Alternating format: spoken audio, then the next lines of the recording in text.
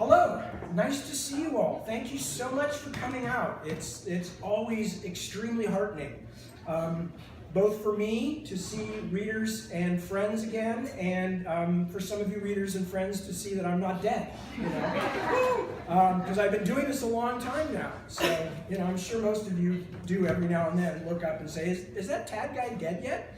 I've gotten to that point now in my writing career where people come up to me with like fully grown children and say, I read your book when I was 6 years old and now I'm giving it to my child to read, and I always say, thanks. That makes me feel great, yeah, thank you, that's wonderful. No, seriously, it's a wonderful thing. It's wonderful to have been able to write and have people reading my books. And so in all seriousness, no complaints whatsoever. For those of you who know, you may have to bear with a few things that you know already about these books. As Jude mentioned, this is the return to Ostenard, which was the land that was created for the Memory, Sorrow, and Thorn books, of which the first one, the Dragonbone Chair, is also how some people know the books, the Dragonbone Chair books. And I'm sure there will be questions, if we get to questions, about why I did it after all this time, and had I in fact run out of ideas, and was that why I was shamelessly cannibalizing my own oeuvre? So I'm just preparing you now. You can get those questions ready to ask me, and of course I will lie shamelessly, but I just want to be fair about it. No, what I do want to tell you is, for those of you who have not yet read this book, you don't really need to know anything particularly about the series as a whole to appreciate this particular section, except that I will tell you who a few of the characters are. Very familiar to readers of the earlier books is the character Binnabik, the troll. Binnabik, however, is basically only appears for a moment in this scene. So if I got you excited there, tough luck. Because we're here meeting his daughter and his daughter's betrothed. So needless to say, in case any of you haven't taken high school genetics, they too are trolls. So because she's his child, see, so also a troll. Anyway, trolls are small people. That's important to understand if you haven't read the books. Trolls are small people. They come from the distant north. This part of the book, however, takes place in Rimmersgard, which is also a far northern place, but it is inhabited largely by normal-sized humans. And until recently, the trolls have been much maligned and not thought of well in this part of the world. So that's an interesting thing to know as well. The other characters that will show up, besides the two young trolls who I've mentioned, are Prince Morgan, who is the grandson of Simon and Miriamel, who were the two main protagonists of the previous books, and who were about 16 years old or so when they died, when the books ended. And so they are now, in their 50s or something. They didn't die. That was not a spoiler. But at the end of the books, when everybody else died, they were still alive. They were about 15 or 16. So they are now middle-aged. And so Morgan is their grandson. He is a bit of a wastrel and a ne'er-do-well. He's approximately 17 years of age. He is on a royal progress with his parents, which is why he is up in this northern kingdom of Rimmersgard. His friends are also ne'er-do-wells. They're ne'er-do-well soldier types, Porto, Astrian, and Alvarez. And who they are will be pretty obvious from what's going on. So anyway, Binnabik has just encountered Morgan in the street. Morgan only knows him as his parents' old friend, and has found Morgan drunk in the middle of the afternoon, pissing up against the wall of the tavern, which is always kind of embarrassing. I know whenever my parents' friends find me pissing against the wall of the tavern, it's always a bad moment. So that's what's going on, and Morgan is being introduced now to Binnabik's kids. So, Kina, my daughter, you are here, said Binnabik. Come and greet Prince Morgan. And this fellow here is being her friend, little Snenick. It does pleasure to meet you, Highness Morgan. Kina crossed her arms before her chest in a gesture Morgan didn't understand. Was she bowing, or did it mean something else? He was still dizzily full of juniper-scented ale, and seemed to have missed his chance to escape, so he gave her a sickly smile and nodded and mumbled the sort of thing he did when he was talking to people he didn't know, but his grandparents were watching. They're not watching, probably. They're not in the scene. Little Snenek did not look particularly odd to be meeting a prince of the high royal household, but crossed his arms the same way Kina had, bobbed his head like a quail, and announced, "Ah, of course, this is a momentous meeting." Morgan had no idea what that meant either. As Biddevik spoke rapidly in the troll tongue to the new arrivals, the prince cast his eyes desperately toward the alehouse door, hoping one of his friends might come out to look for him. He felt a small, cool pressure on his hand and looked down to see that Kina had removed her glove and was squeezing the tips of his fingers. He said, rather helplessly. I taught to her the handclasp of friendship that you Utku, lowlanders, as we say in Ikano, are using, Biddevik explained. Friendship and thank you, she said, still holding the end of his hand in her small, solid grip, for showing to little Snenek more of this place. Because of my wearying now, it is kindness, and you are showing to be a true primp. Prince, said Biddevik gently. Prince, said Kina, blushing a little and finally letting go of his hand. You are a true prince. Escape impossible and all other resistance now thoroughly dismantled, Morgan could only wait as the young troll woman rubbed cheeks with her betrothed, then followed her father back down the long street in the direction of Elvritsala Castle, the massive white wolf pacing beside them. Loiterers who might otherwise have been calling abuse at the trolls took one look at Vakana, the wolf, and slipped away. Morgan was not entirely certain what had just happened, but he was already wishing it hadn't. And so we will entertain ourselves like true Rimmersgarders now, eh? Announced his new companion, his grin so wide it seemed to squeeze his eyes shut. The prince and little Snenek. Bring out ale and stinking fish. Then as they made their way back inside, the troll suddenly said, My someday father-in-law is a very good man. The prince did not reply. Most of the alehouse denizens had looked up when they pushed open the squeaking door, and many of them looked displeased by his new companion. Because I am told it was needed for you and I to meet. Because I told him it was needed for you and I to meet, the troll went on. I am going to help you, you see. Help me? By the love of all the saints, Morgan wondered how far back into this poxy place were his friends sitting. Surely he hadn't traveled such a distance on the way out. How are you going to help me? As I told my father-in-law to be, the singing man Binnevik, I will help you to find your destiny, just as he was doing for your illustrious grandsire, the King Sarum. The prince made a firm decision to ignore everything this little moon-mad creature said from that point onward. Also, his grandfather's tiny friend Binnywick had deliberately picked Morgan out for this suffering, and he would neither forget nor forgive. Alvarez was right, he thought. Little people can't be trusted. And who is your new companion? Asked old Sir Porto when Morgan finally discovered the table in the opposite dark corner from the one in which he'd been searching. The knight squinted. He has not the look of the Rimmersgarders I've seen. One of their country cousins from up north. This is... Morgan couldn't precisely remember. Snowneck? Or is it No-Neck? Snenek, the troll said. Little Snenek, they are calling me because it was also the name of my father and grandfather. Astrian was plainly delighted to meet someone shorter than he was. No-Neck it is! And what will you have to drink, Sir No-Neck? Some milk, perhaps, with a bit of bread dipped in it to suck upon? Snenek smiled, a polite yellow-toothed smile. Not a child. I am Canuck. No-Neck, the Canuck! Astrian crowed. You must join our merry band. Even Alvarez grinned at that, but not everyone in the dim alehouse was as happy. Morgan could hear more than a few angry words from the surrounding tables about the troll's presence.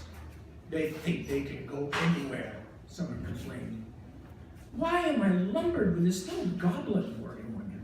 Probably get me beaten half to death by these bearded ice bears.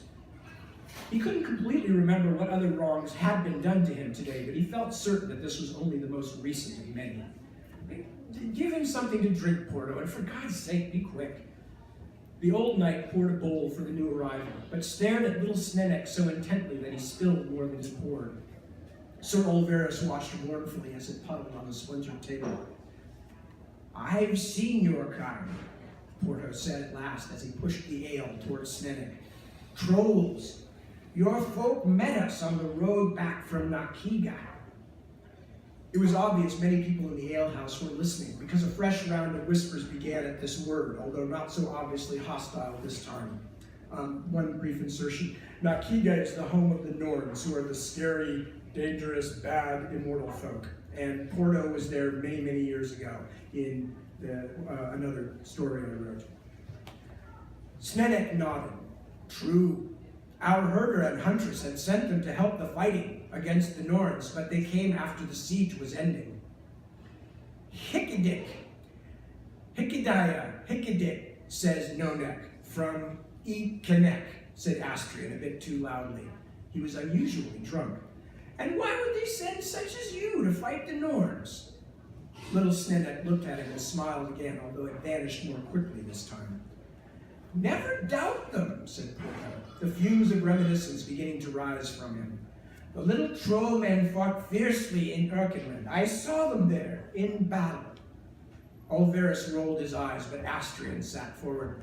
"Truly?" he asked. "Did they run among the white foxes, kicking their shins? Or perhaps hid in the Norn saddlebags and then sprang out to attack?" "I made that joke about you, Astrian," Morgan complained. "About kicking the shins of your enemies. That's mine." "Ah, but about me it is merely comic exaggeration," the knight said. "My question, this fellow, is an honest one." "There were times that the winds blew so hard and the snows fell so thickly on the hayhold from the Storm King's magic that we could see nothing," Porto said, ignoring Astrian and warming to his tale. "But those little fellows, well, they could find their way through anything." "Then why can't they find their way back to the place they came from?" brayed a very large, bearded riversman at a nearby table. His friends laughed loudly, toasting him with their slopping bowls. "We have no need of them here." Little Snedek smiled again, but there was something quite different in it this time, a certain hardness to his eyes that Morgan recognized. Astrian got that look sometimes when he was in his cups and angry.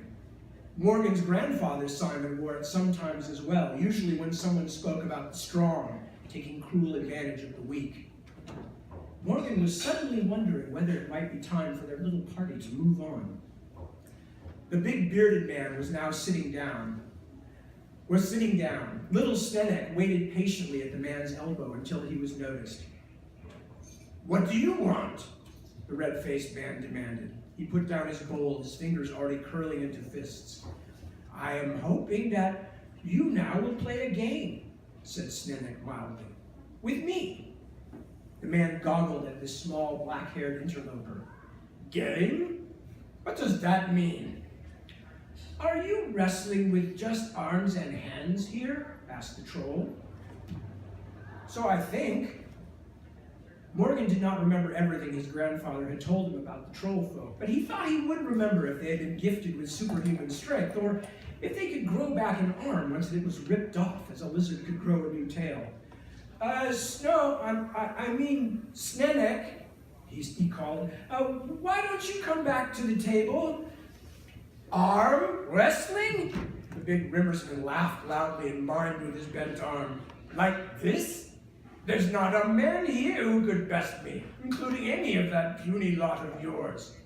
His gaze slid from Astrian to Porto and lingered on Sir Olveris, who was not quite as tall as old Porto, but far more well-muscled.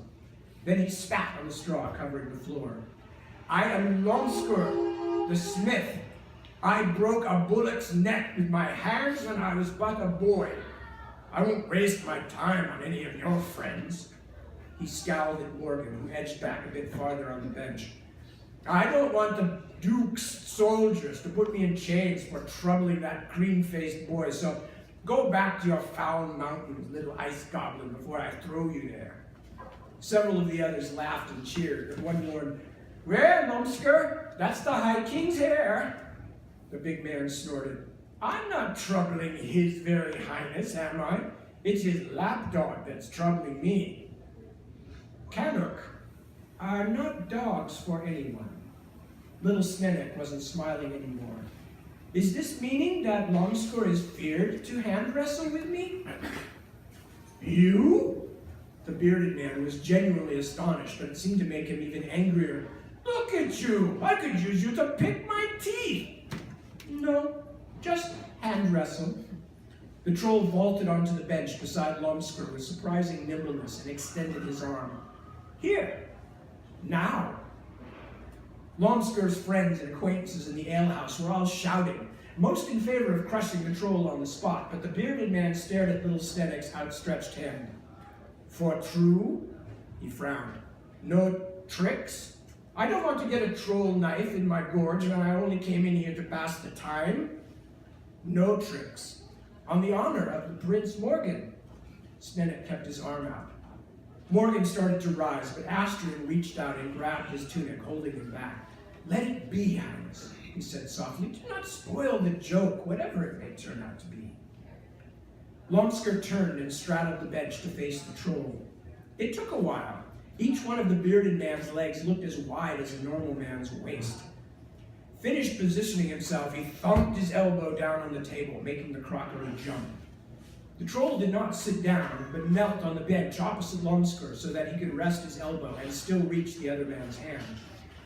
The difference in their sizes was so great that the Rimmersman had to grasp the small man's hand at an angle, with his arm low to the table. The troll's hand almost disappeared inside the Rimmersman's grasp. The bearded man suddenly began laughing. You are no coward, I see. If you live, little snow beetle, I will buy you a pitcher all for yourself to wash away the pain." Snenick nodded, still not smiling. "And the same I will be doing for you, if you live." Everybody in the place seemed to be watching now. Even the ostler had come out from the back room and stood, worriedly wiping his hands over and over on a dirty cloth. "Start!" yelled one of Lomskor's cronies. It should have been over in an instant, and nearly was. With a scowl on his red face, Lomskor bent little Snenick's arm until the back of the troll's hand quivered just a finger's breadth above the table. Most of the Rimmersmen in the alehouse were so certain of the outcome that they dared not turn away to take a drink, certain they would miss the ending, and instead fumbled blindly for their bowls. But Snenick did not collapse. He made what looked to Morgan like a few small adjustments of his knees and back and shoulders, and although Lomskor leaned far to his left to keep the pressure on, somehow the very small man withstood it. Snenick shifted again and pushed his elbow closer to Lomskor's, and for some reason this tiny change of angle brought an expression of discomfort and surprise to the big man's face. Moments became longer moments.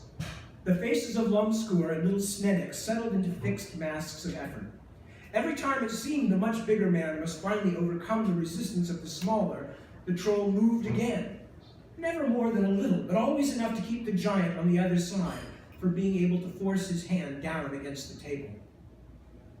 The spectators were beginning to worry now, not so much at the incredible spectacle of a troll holding off a man almost 3 times his size, but over the notion that a trick must be involved. Some shouted to look under the table, that the little man was bracing himself in some way or being otherwise helped to cheat. But of course Morgan and the rest hadn't moved from their own table, and Snenick's legs were still curved beneath him on the bench. The whole thing seemed a sort of magic, as though the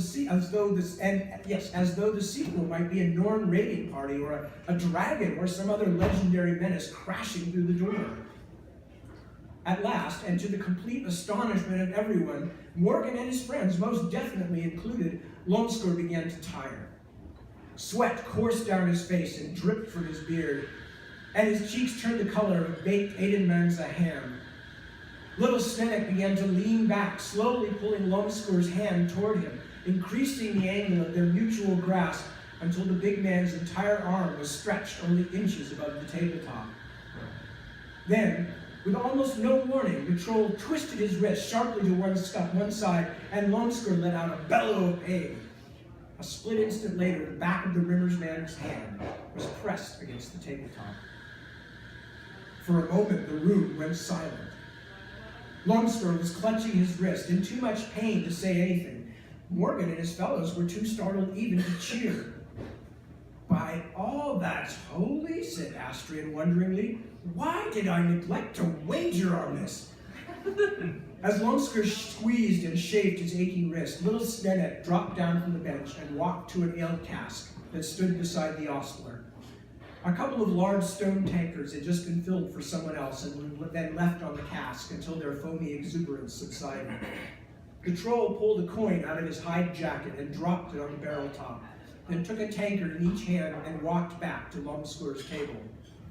He held one out to the big man, who looked up at him with reddened eyes and an expression of utter bewilderment. "I was promising to buy for you an ale," said little Snenek. Longskor goggled at him for a moment, then his already red face became even more inflamed, as if he were a baby about to howl, and he lashed out, knocking both the ale tankards out of Snenek's hand. "Cheat!" he roared. "Little devil, I don't know what trick you played, but..." Without finishing his sentence, he swung a huge fist at Snenek's face. The troll dropped beneath the blow so neatly that for a moment Morgan thought the little man's head had been knocked cleanly from his shoulders. Longskor swore loudly and tried to drop on him.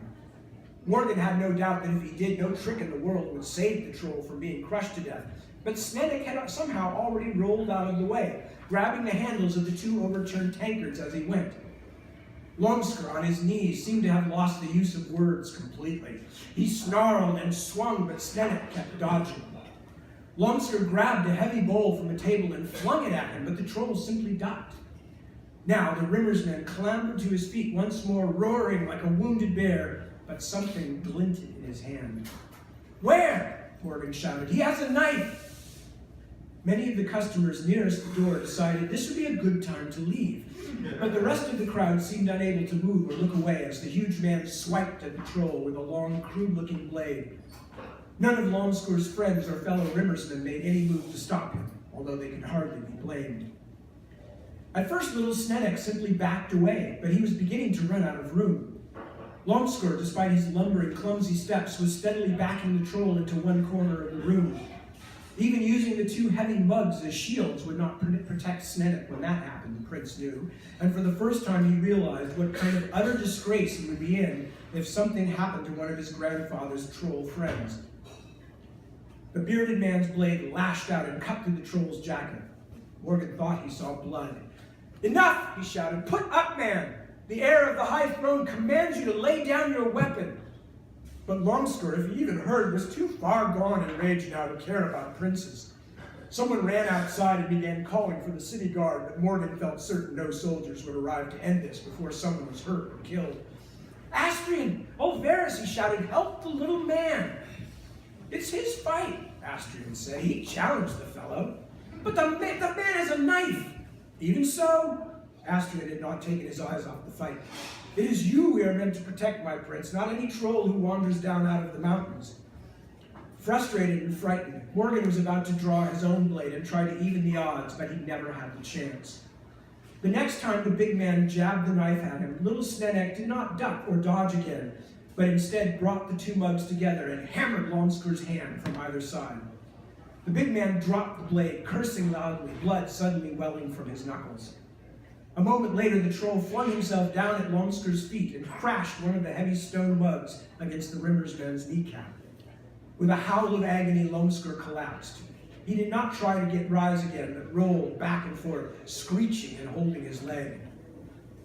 "I was only buying him an ale because I made a promise," said little Snenek with a distinct tone of irritation, then brought the other tankard around in a wide arc and slammed it against Longskor's temple. The big man dropped on the floor like a sack of grain and lay silent. Suddenly, Rimmersmen were rising all over the room, but Morgan didn't think they looked as if they were coming to congratulate the victor. Snenek calmly backed toward Morgan's table, a move that the prince did not approve of much because the angry crowd was following him. Morgan wondered whether these unhappy people remembered that he, Morgan of Erkeland, was the heir to the high throne. He hoped so. Enough! Stand back! Astrian sprang up, and his sword rang as it slid from his scabbard. Back, you northern scum! I will gut the first one of you who takes another step toward the prince. However drunk he had been earlier, the knight gripped his sword as steadily as a jeweler would hold his chisel over a large uncut gem. The people in the alehouse stopped short and watched him, silent and sullen. Astrian nodded at them, like a teacher pleased with his clever students. Highness, he said in a pointed tone, I suggest we take our leave of this establishment. I agree with your suggestion. But as Morgan backed toward the door, he noticed that little Stenek still stood between their table and the disgruntled patrons. You, troll, you'd better come with us. I am being owed my copper back for those 2 ales, the little man said, frowning at the empty tankards he still held, and I was not even given the courtesy of drinking mine. Let it go, Morgan beckoned. We're leaving. You should leave with us. Little Stenek shook his head in frustration, but set the tankards on the table and joined the prince and his friends. Porto and Olveris had their blades out now, too. Nobody opposed them as they backed out into the narrow street and slammed the door behind them. Goodness, said Porto. They've not changed much since I was a young man, these Rimmers garters. When you were a young man, said Astrian, sheathing his blade, the Rimmersmen were still in the Lost West. How did you do that? Morgan asked the troll. How did you beat that big lout? The little man shrugged. No tricks. It is like stick fighting. Balance. That is the story to tell. And another word that I am not knowing, but it means changing the strength of the pulling and the direction, feeling what the other man is doing. But no tricks, no secret. With only a small effort, I can be teaching it to you. I have much to teach you, Prince Morgan. We will be famous friends. Morgan stared at him. You keep saying things like that. What in the wide green earth are you talking about? We've only just met. I am fated to be your companion, Morgan, Prince. The troll nodded vigorously. This I feel certain to be true, and I have the blood of a singing man in me. That is what I will be one day, and because of it, I have knowing of things. He bobbed his head again as if this stream of nonsense proved something. Dear God, no, said Astrian, amused. If you're his companion, the prince wouldn't need us anymore. What would Olveris and I do for entertainment? But we will allow you a temporary apprenticeship in our noble guild, Sir Ogre's Bane, as long as you have enough of those coppers to keep us in drink. Do you approve, Olveris, Porto? What? Said Porto. I beg pardon, your highness, but there are some men coming out of the tavern behind you. There's several of them. And is that the city guard they're waving to? Sadly, there are urgent matters that require our attention elsewhere, Astrian declared, and led them off into the dark streets. They had a long walk back to Elversala Castle. As he grew more sober, Morgan began to feel sickly certain his parents would hear about this latest fuss. Of course, by the time they did, he had no doubt it would all have somehow become his fault. But what did I do wrong? Nothing. I tried to help grandfather's friend, the famous troll Binny Watson. Is it my fault he saddled me with a tiny madman? The unexpected sight of the tiny madman, lifting a skin bag and squirting himself a mouthful of some liquid, chased Morgan's gloomy thoughts away. What is that you're drinking? Little Stenek held out the bag. Try if you wish, Morgan Prince. I am, of course, preferring this to the weak ale, the Krewhawk, the Rimmersman drink. Little more than weasel piss, that is being. Morgan lifted the bag and squeezed a long draught into his mouth. A short time later, Olveris and Porto helped him back onto his feet, to the hooting sound of Astrian's laughter. Morgan could not speak for a while because he was still wheezing and coughing. But when he finally could, he asked, still with a certain breathlessness, "What is that?" "Kang," said little Stenek. "It has real goodness, eh? And when the brook is coming, the belch?" He laughed. "Oh, but it is burning like fire, like the breath of a dragon. A fine drink for a man's life it is." The troll reached up and patted Morgan on the elbow. Did you know that my grandfather was fighting beside yours at Seswadra, as Scythi call it, the famous Battle of the Frozen Lake? My grandfather was killed there, but I am not blaming you for that, Morgan Prince. The troll patted him again, reassuring him. Despite that sadness, we can be to each other friends. And now you are to be spending more time with me. You will be learning oh so many useful things. Just remember always to bring your purse, said Sir Astridan, reaching out to try some kang-kang for himself. Thirst is an expensive mistress. I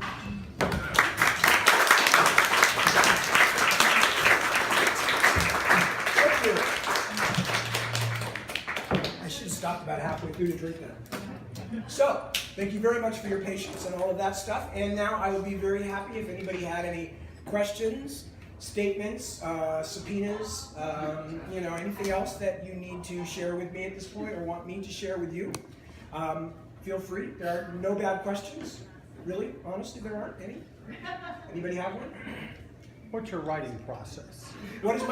There are almost no bad questions. I'm kidding.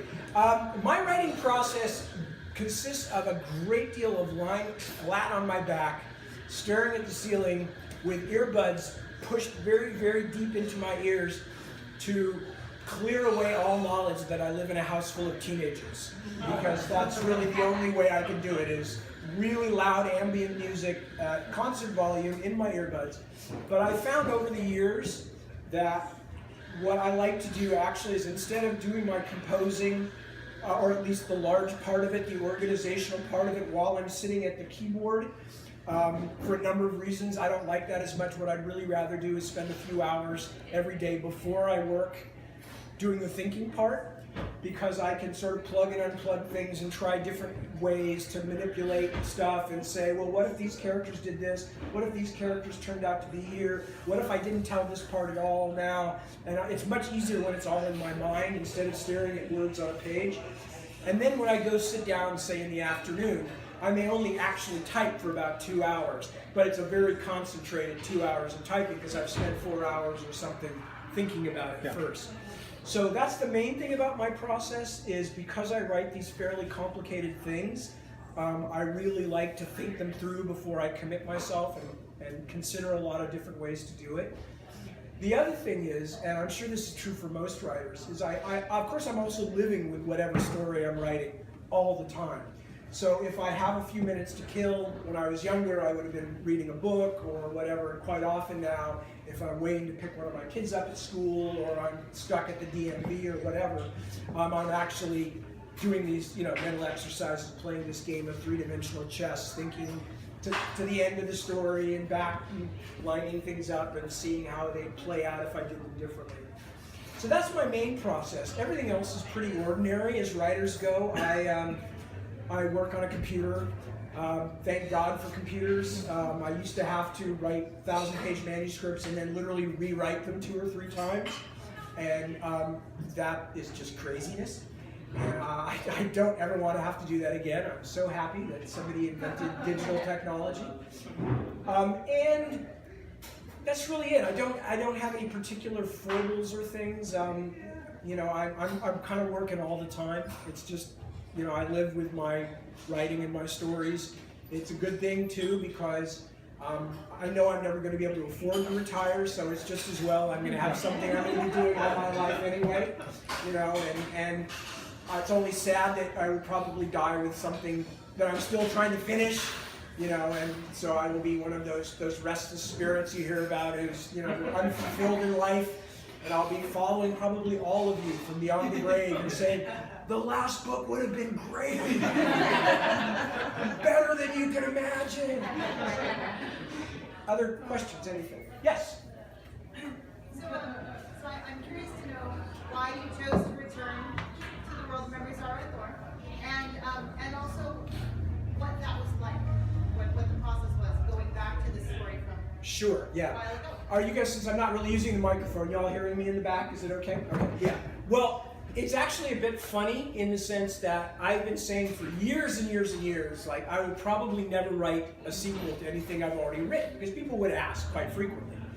And especially as more and more in the sort of the commercial arts, whether film, books, whatever, people tend to, we live in a world where people want more of the same, and quite frankly, it's also the most sensible way to go when you're making anything creative, is to give people more of what they already like of yours, not ask them to keep changing all the time.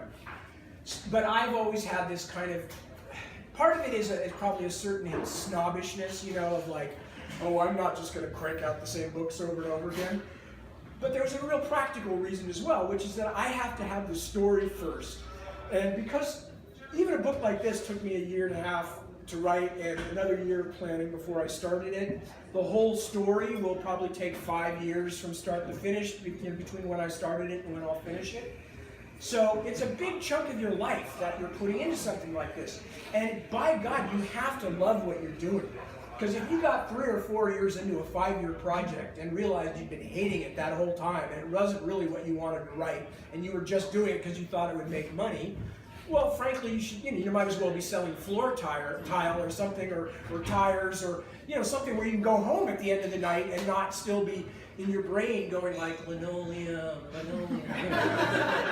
So I had this kind of reflex thing that I probably wouldn't do any sequels because the story always has to come first. I never said I wouldn't do it, but I always figured like I'm always looking at new things, so I'll probably always be coming up with a story that's different from some long thing I already did.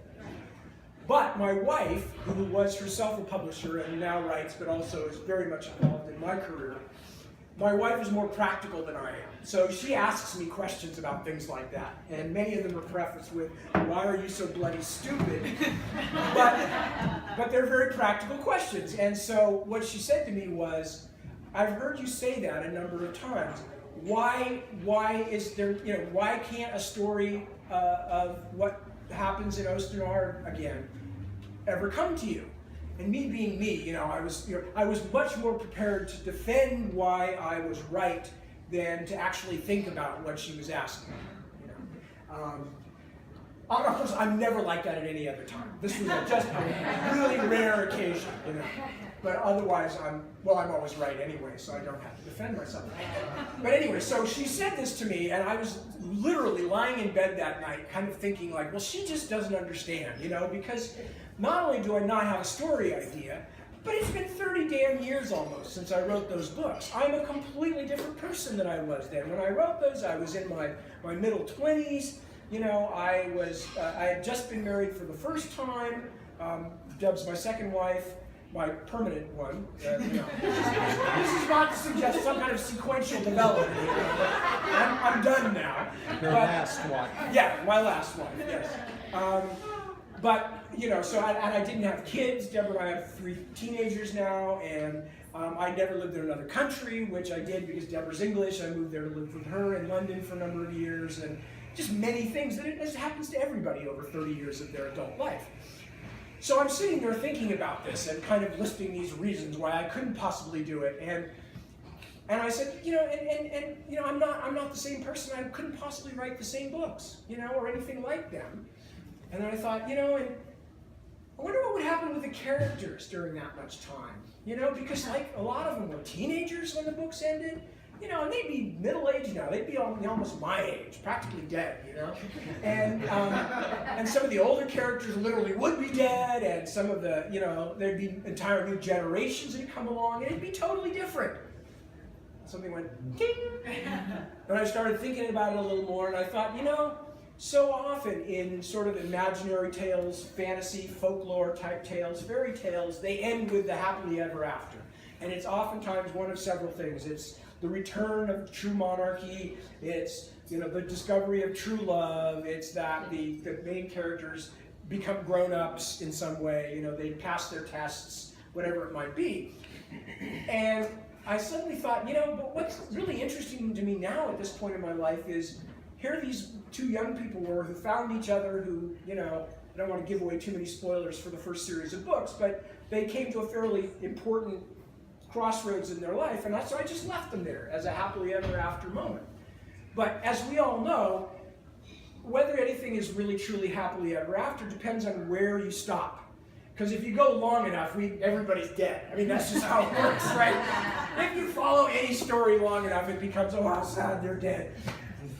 So, excuse me, I choked myself up there. Thoughts of my own mortality always do that.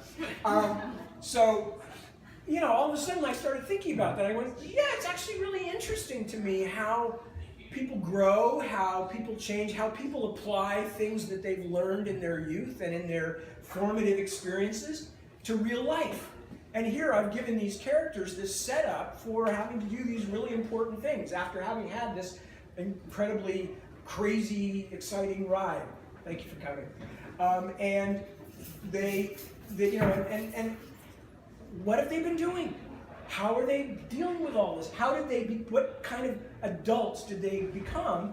And what happened to the adults that they knew? And how did they, you know, and all of a sudden before I knew it, I'm thinking like, okay, so what else would have happened in that world in that time? Because so many of the characters were important people in that world, and their experiences and their selves would have a lot to do with how the world had changed in that time. And before I knew it, I'm just lying there and the story is just going pop, pop, pop, pop, pop, you know, little bubbles all over the place and little ideas and things happening.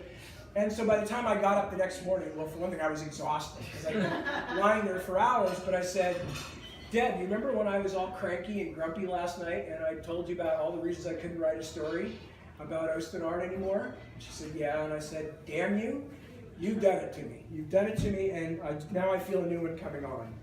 And she had the nerve to give me that spouse look, you know, that partner look, like, I'm better than you, dear.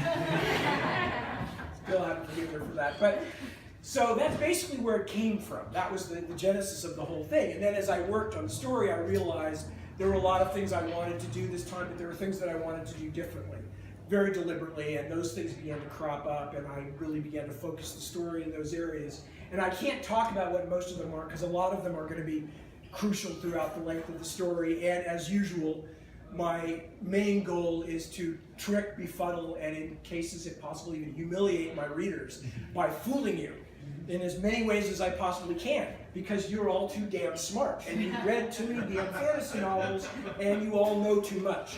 So, you know, there are like layers of deception, and then there's layers of little bits of truth just to make it even nastier, and then more deception on top of that, and then a little truth sprinkled over the top like leaves over a pit trap, you know. And, you know, I've got stuff planned for you. Trust me on this. And I really intend to make some of you just absolutely hate me for not having seen that coming, you know, that, because that's mother's milk to writers, you know. We just love that when people go like, oh, you made me so mad. Oh, I was positive I knew where that was going, and then it didn't, and secretly inside I'm going, yes, yes, I am a god. But during the course, so I can't tell you too much about where the changes went, but the other funny thing about it, of course, is that I wrote these books, as I said, maybe the first one was published 29 years ago, but I was writing them for a few years before that, you know. So I've been working on them for it was a long time ago. So because of that, I haven't read them since. I hadn't, you know, when I started this, I literally had not read them since. And I've been experienced for years, especially since the internet came along and screwed everything up.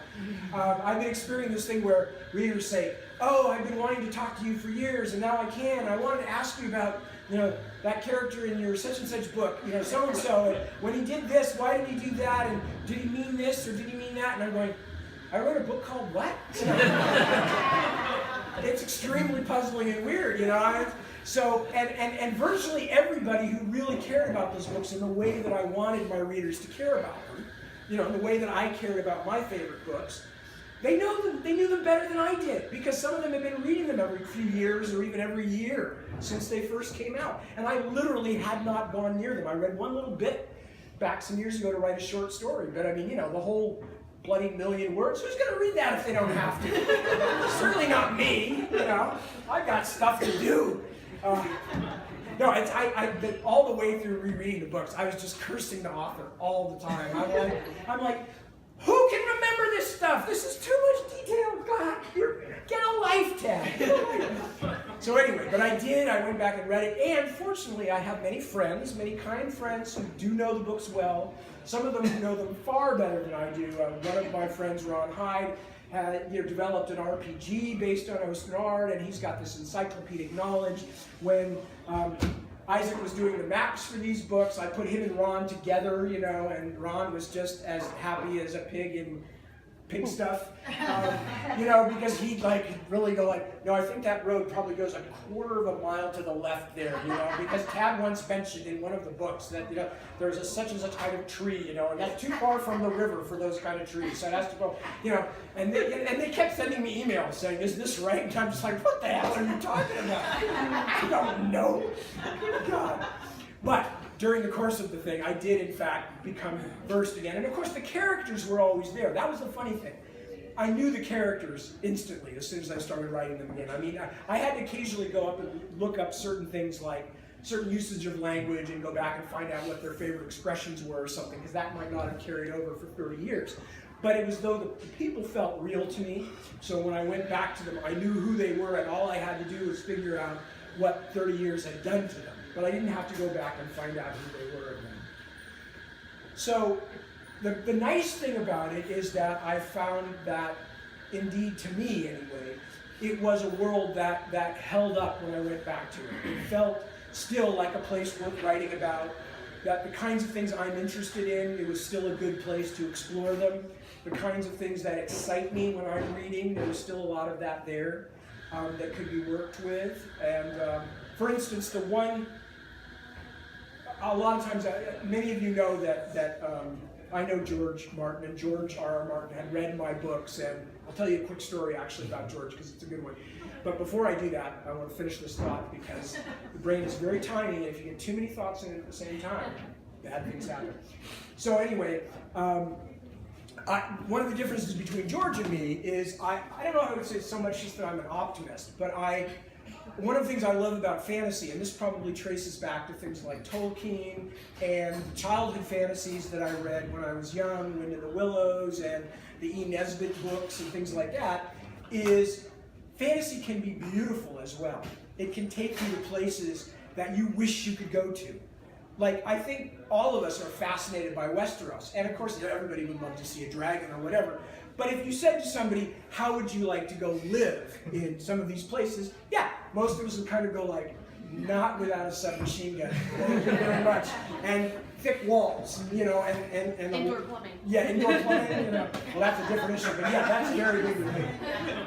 So, one of the things that I liked is that, to me, I like in my fantasy, I like to have both the fantastical, imaginative stuff that's terrifying and scary, but I also like to use it to try and build things that we don't have in the real world, and that's what I got from Tolkien. That both Lorien and Moria are both incredibly powerful sequences in the Fellowship of the Ring, and for completely different reasons. But that's the power of fantasy. It expands you in all directions out beyond what is real. So it was fun to go back to Osterard and say, yeah, I forgot there's some stuff about the Scythe that's so cool, and I so enjoy writing them. And there's certain places that I've always been a total idiot for deserted, lost cities and forgotten cities, and I put so damn many of them in those books. I can go back to some of them and explore them a little more. Anyway, George story. I told you I'd tell you George story. I had known George. I think I'd met him one time many years, but then back in the early 1990s or late 1980s, I think I was probably working on Stone of Farewell at the time. I was at a convention, and I don't know if I'd ever actually formally met him. I knew who he was, and I've been a reader of George's for a long time. And I liked his work a lot. He's always been a very fine writer. He did a lot of great stuff long before everybody ever heard of him about Westeros. Wrote some award-winning stories and some great novels. Anyway, but those of you who know who George is, you probably also know what he looks like. He looks like, like your ex-Hell's Angel uncle, right? With the beard, the hat, and the brows, and the look, And he looked like that years ago. He probably looked like that when he was in kindergarten. The beard too, the whole thing, and the Greek sailor hat, the whole bit. I'm sure that was his first day at school. It was like, but anyway, so I didn't think I'd ever officially met him. I'd maybe been in a bar with him at a convention or something. So there I am at a convention. There's George, and I know his work and like it. And so I just kind of went up to him and said, hi, George. I don't think we've ever met officially, but my name's Tad Williams, and I really like your work. Nice to meet you. And he takes this look at me, looks me up and down, and he goes, get the hell out of here. And I kind of went, I said, well, I'm really sorry if I bothered you. I mean, I didn't mean to just come and bother you. I just want to tell you I really like you. He goes, no, I'm serious. Get the hell out of here. And I'm like, totally like, okay. Oh my God, I don't know. I might have wet myself for all I know. I was definitely, he scared me. So I'm like stammering apologies and I'm backing away. He goes, no, I'm serious. Get the hell home. Finish the second book. I want to find out what happens. That was like my first official meeting with George. And I'm a huge fan of his work and his books and all that stuff. But there are differences between us. And that's been, I said once in an interview, I feel like in a sense, if I had an influence on him, his work has had an influence on me, and I think in a way I felt like also writing these books was also a bit having a dialogue that I was carrying on with, okay, your stuff excites me, I'm going to give you more of my stuff just to show you that I'm hearing what you're doing and appreciating it and being influenced by it like a lot of fantasy writers are. So anyway, any other questions before we start signing books? Yes? Given that you got to look at your old books with fresh eyes, is there anything you would have done differently? Well, my main big change, or my main big thing already happened, which was that when I first, because I'd only ever written one book before I wrote The Dragonborn Chair, and that book had not been edited at all. No, seriously, the version of Tail Chaser's Song, which was my first novel about cats, for those of you who don't know it, that version of the book that exists is absolutely unedited because for a variety of reasons, Don Walheim didn't feel like editing it, and then he got sick and his daughter took over the company. So I had never been edited, I had never gone through any of this stuff before, and then I got a contract to write a long fantasy series.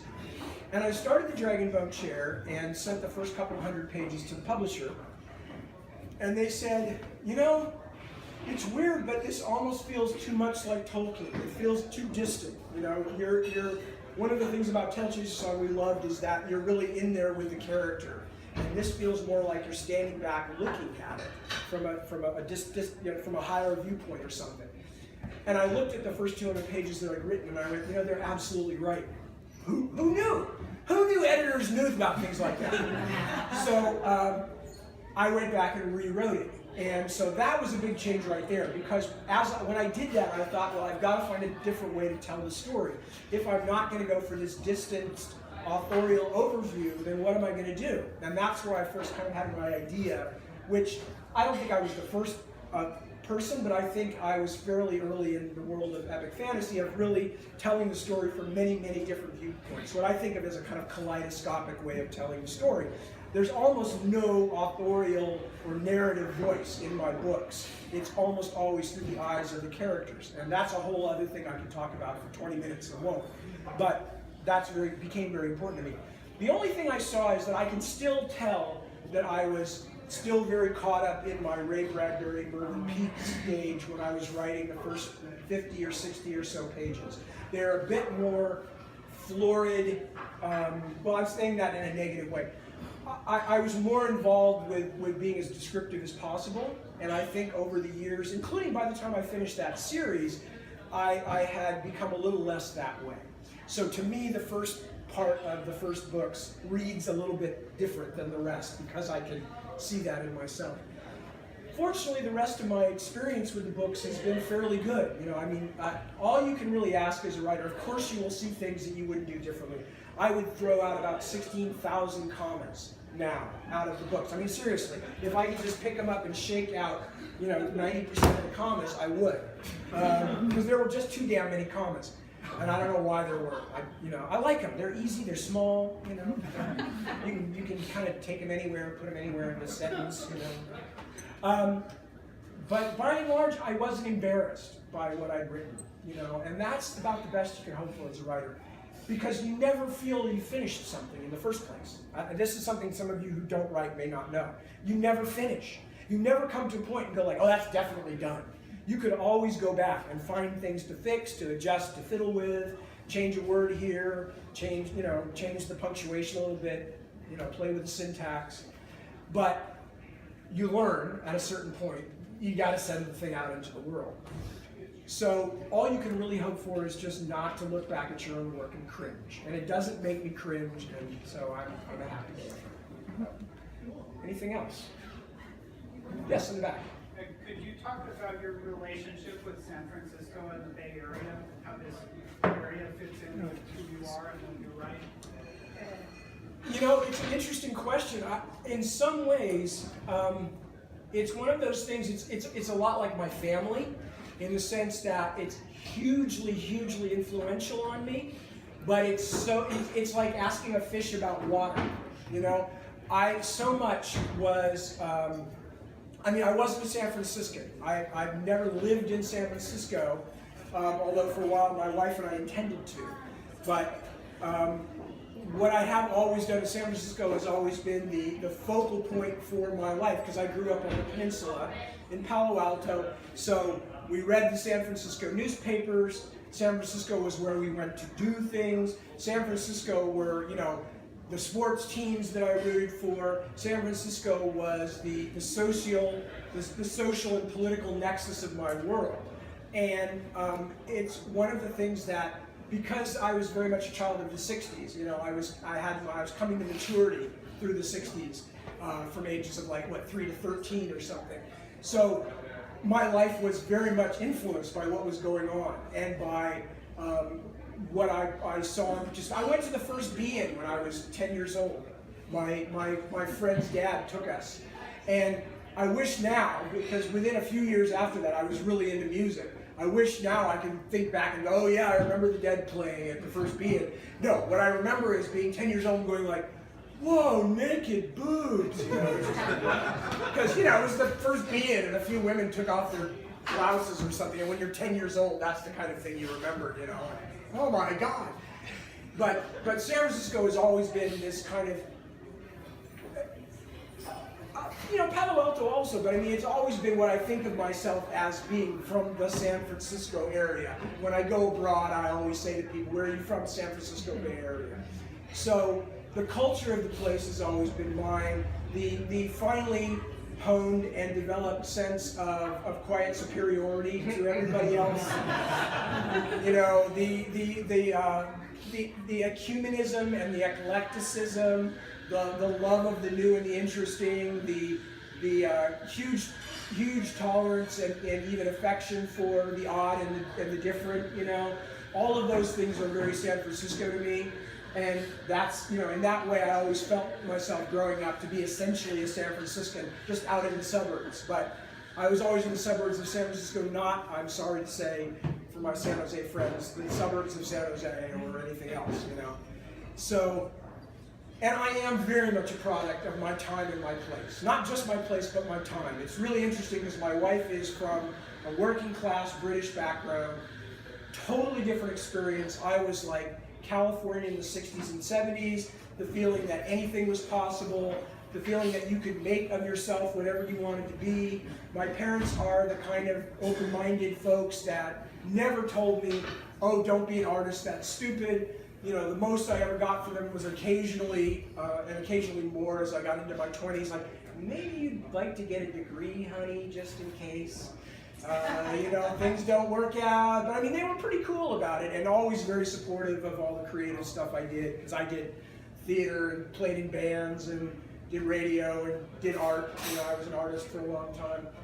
So all of that period and all of that experience is very much who I am.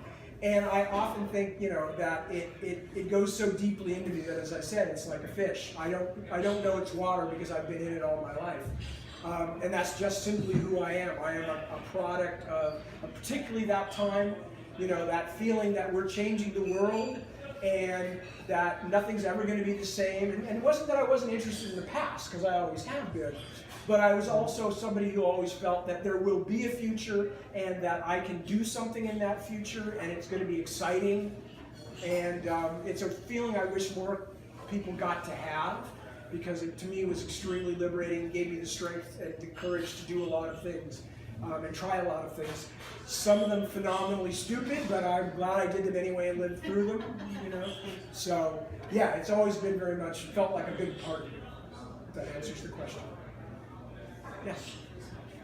The Witchwood Crown takes place how many years after the end of To Green Angel Tower? Well, To Green Angel Tower ends in the founding year 1166. And I believe it says in the beginning of this one that it takes place in 1201, founding year 1201. So 35 years? Well, that would be 35 years. Okay. So I know because it went back and forth, so, you know. Well, yes, okay, here. I don't really want to talk about this because I'm sure that there are little calendar errors all the hell through the books, because there were certain things we just couldn't settle on, and there's actually a calendar date that's wrong in the original books, okay? And we only discovered that because of, you know, all these people who know this stuff better than I just said, Tad, you know, you're doing this wrong because in the original book it said blank, blank, blank. And I went, the original book must be wrong then, because that's one of the few things that I do know the date of. And we went back and checked, and it turned out the original books, there was a misprint, you know. So I'm sure that it's riddled with little tiny errors, but not for lack of trying. You know, I take the world very seriously, and the people helping me took the world very seriously, and so we tried to keep everything as crisp and concise as possible. And I'm sticking to that story no matter what. And if you tell anybody differently, and especially if you tell them there's anything wrong with the first set of books, you'll be in trouble.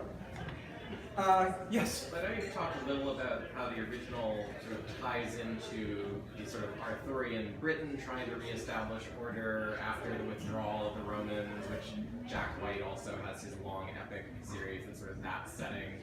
I think I've said to you, we never really discussed at length, that I read it, I got a lot of the sort of Charlemagne Holy Roman Empire in terms of the position relative to the various cultures with, and I have never really, I think, heard from you whether that was conscious, the sort of relationship to the Danes in the north. Can you hear the question in the back? I got you. Did you hear the question in the back? He's asking about that whether it's more Arthurian or Carolinian, you know, more Charlemagne or the matter of Arthur. Well, I think that there's actually a slight misconception there in the sense that what I originally had said, the original idea for the books way back in 1986 or whenever I first started thinking about them, was about what happens when any very powerful monarch dies. And I was using both examples from fiction, like King Arthur, but also what happened in real life with Charlemagne, with Alexander, you know, and the sort of the complete total scattering of everybody after him, what happened to Augustus in Rome, you know, and how quickly that family descended into madness and craziness and murder and all that stuff. So the original name of the books, long before the Dragonbone Chair, when it wasn't one I would ever have used, but it was what was my working title when I first sold it, was The Sons of Prester John. And that was very much what I started with, was this idea of what happens when a powerful, influential monarch dies and there's not one heir to pass the country on to. And so that was very much, and I was thinking both fictionally and non-fictionally. So Charlemagne was definitely in it because, you know, I think I even did, like, my first report on Charlemagne was like 5th grade, you know, and so I had always been interested in how quickly the Carolinian Empire just went to hell, you know, just boom, boom, boom. And of course, it's a lesson repeated throughout history. So it's always been something that fascinated me because these moments then become even more important to, not just to historians, but in sort of culture, you know, that there probably was an Arthur, and probably back in 500 AD or whatever, or even possibly earlier, he probably was the Naz, you know, he was the thing, the real deal, you know, and at that time and place, so much so that the reverberations, you know, went out and became poetry and story and folklore. So it's fascinating to this day how you see how just the personality at the top of any system can change everything. And I think all of us are seeing that right now, right? I mean, you know, how just putting a different person in charge can make crazy, basically. And obviously, conversely, if you have somebody who is universally thought of as not just beloved, but also somebody who changed things for the good, or who saved the nation, you know, like Alfred the Great in England, or to a lesser extent, but more recently, obviously, somebody like Roosevelt in America, who many people still think of as almost godlike, because he was the guy we needed, and he, whatever had to be done, he did it. Even if you don't necessarily agree with all of his choices and methods, there's that feeling of he was there when we needed it. Winston Churchill, you know? So that was very much, it's what happens when that figure is gone. What happens to what they build, and how much of it can still be held on to. That's what started the story, not so much Arthur specifically. And of course, Arthur, there are no historical details that we're certain about. So, anything else? Because I think we need to start signing out, because somebody else needs the room after us. Actually, you've gone through quite a range from epic fantasy into cyber not punkish to urban fantasy. Can you say something about your experiences just writing in the different areas? Like, what do you like about them? Well, the thing with me is that all of my favorite writers, almost without exception, and certainly all my favorite writers in science fiction and fantasy, pretty much, all of them were either writing at a time before these subgenres, which are oftentimes marketing distinctions, were developed. So if I look at most of my favorite writers, people like Ray Bradbury, Ursula Le Guin, Theodore Sturgeon, Roger Zelazny. These people were not writing one kind of fiction. They were all over the place. And in those days, it didn't matter, because everybody's kind of like, oh, it's all science fiction, or whatever, you know? Whereas by the time I came along, Tolkien had had such a major effect that fantasy became a subgenre and a market. And as a result, you know, it began to make hard lines along the edge of it, that, you know, if something got too far away from it, people didn't call it fantasy anymore, and it wouldn't be marketed in the same way. But I never felt that way, and I've always been very frustrated by that. And so my initial idea was, I will sort of trot merrily back and forth from one meadow to another, sniffing, like Ferdinand the Bull, sniffing whichever flowers make me happy at a given moment, because I'm interested in all kinds of things. Well, what I learned is, yes, you can do that, but you do that at a certain price to your marketability and your career. And frustration to your publishers, and even more frustration to the marketing people who are trying, God bless them, to sell books to, you know, people who have 7,000 other books to look at, and they just want to know who will buy it. Who will buy it? Just tell me who will buy it. I don't care if it's good. Who will buy it?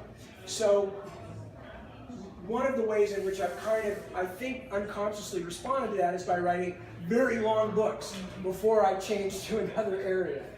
But in part, that's also propelled me into other areas too, because by the time I spend 5 or 6 years writing a multi-volume story, I'm very likely going to be attracted next to something quite different. You know, I do not usually want to sit down and write the same kind of book again, and I probably never will. It may happen occasionally just because of how contracts work out or something, but it's not usually my first choice. So when I finished the cat book, the last thing I want to do is write another cat book, even though my publishers were hoping for another cat book because it had been successful. You know, they're going, well, it doesn't have to be a cat. You could write one about kittens or dogs. You know, they're going like commercial. I'm going like, I could possibly work up a book about anteaters, but that's as far as I can go in that area. And same thing, I wrote the In Memory, Sorrow, and Thorn books, and then the next thing I wanted to do was something totally different, you know? And my publishers, bless them, they've always tried to go along with me, but it has been difficult, and you do, I have to be brutal about this, you lose market because of that.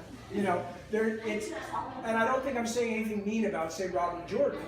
Robert Jordan always did financially quite well, in part because he was writing book after book after book. And anybody who wanted that kind of book, just like people who like chocolate ice cream, most of them are not going to go, you know, I suddenly want to try that really weird cardamom cucumber one, you know? They want more chocolate. They might put a little something else in their chocolate, but they basically want more chocolate. But I'm the one who's always going like, no, I swear to God, it's a savory ice cream. It's called lasagna chip. You'll really like it. What the hell's not even ice cream? So, but basically, I have to care about what I'm writing about. That's the one thing I can always promise my readers. There is no book of mine you're going to read that I was not in love with when I was writing it, because that's the only way I can get through something this long. You know, it's tiring sometimes. You know, it becomes like a job sometimes. You know, I mean, it's like you gotta write every day. You know, otherwise your children starve, and that's just depressing. It's really bad. You know, so you know, I have to love what I'm doing so I can bring everything to it. So because I think about it all the time. I live with the characters. I live with the ideas.